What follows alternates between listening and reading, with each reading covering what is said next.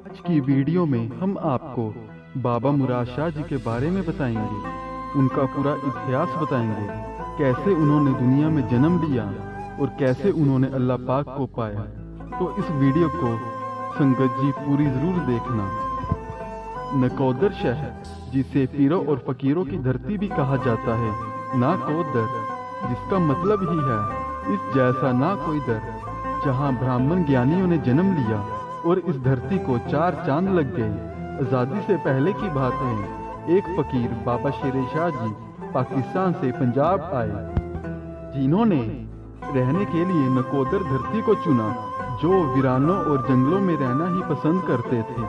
बाबा जी ज़्यादातर लोगों को अपने पास आने से रोकते थे, जिससे उनकी इबादत में विघ्न ना पड़े, और कभी कभी छोटे छोटे पत्थर भी मारते थे, जिससे उन्हें लोग पागल समझे और उनके पास ना आए। वह अपना ज़्यादातर वक्त ईश्वर की इबादत में ही लगाते थे और वारिशा की हीर पढ़ते रहते थे। नकोदर शहर में एक जेलदारों का परिवार भी रहता था, जो पीरों फकीरों की सेवा के लिए सदा तैयार रहते थे। एक बार उनके घर एक फकीर आए, जिनकी उन्होंने बहुत सेवा की। फकीर ने खुश होकर कहा, मांगो, जो मांगोगे वही मिलेगा। उन्होंने कहा, ईश्वर का दिया हुआ सब कुछ है, बस भगवान का नाम चाहिए।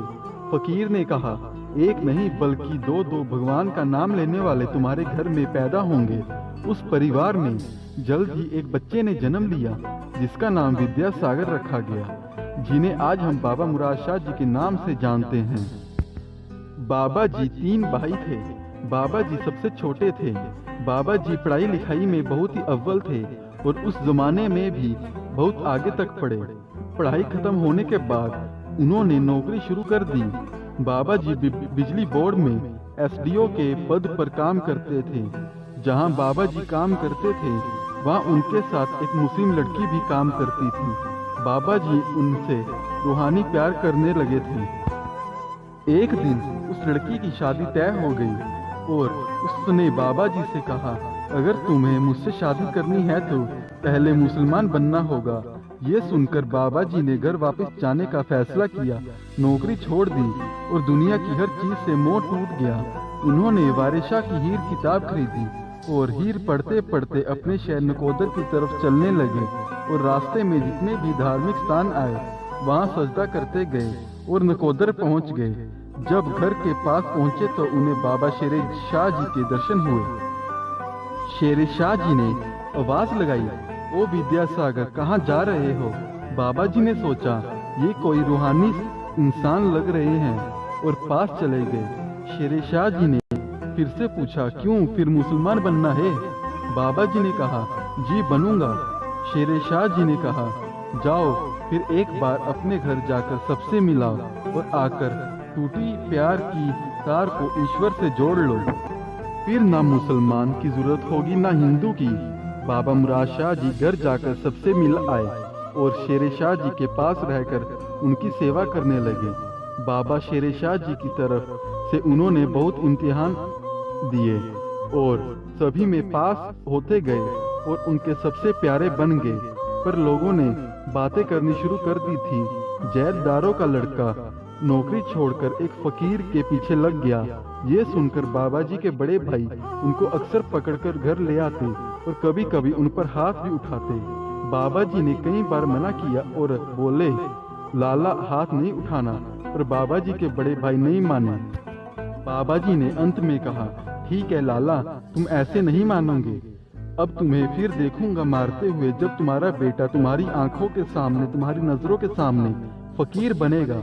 फकीरों की बात, फकीरों की जुबान हमेशा अटल होती है। ये कहकर बाबा जी शेर शाह जी के पास चले गए। ऐसे ही चलता रहा। आज़ादी के कुछ साल बाद एक दिन शेर शाह जी के बेटे और उनकी बहू उन्हें वापस लेकर जाने के लिए आए। शेर शाह जी कहने लगे कि मुझे लेकर जाना है तो पहले विद्यासागर से पूछ लो। बाबा जी ने कहा कि आपके पिता हैं, मैं भला कैसे मना कर सकता हूँ, जैसा आप ठीक समझे। फिर बाबा जी शेर शाह जी से बोले कि मैं आपके बिना कैसे रहूँगा, आप मुझे बहुत याद आओगे। शेर शाह जी ने कहा, कि जब भी तू मुझे याद किया करेगा मैं तुझसे मिलने आ जाया करूँगा। फिर जब शेर शाह जी जाने लगे तो बाबा जी को अपने पास बुलाया और बोले, मेरे बाद दुनिया तुझे याद रखेगी, तेरा नाम रहती दुनिया तक आबाद रहेगा।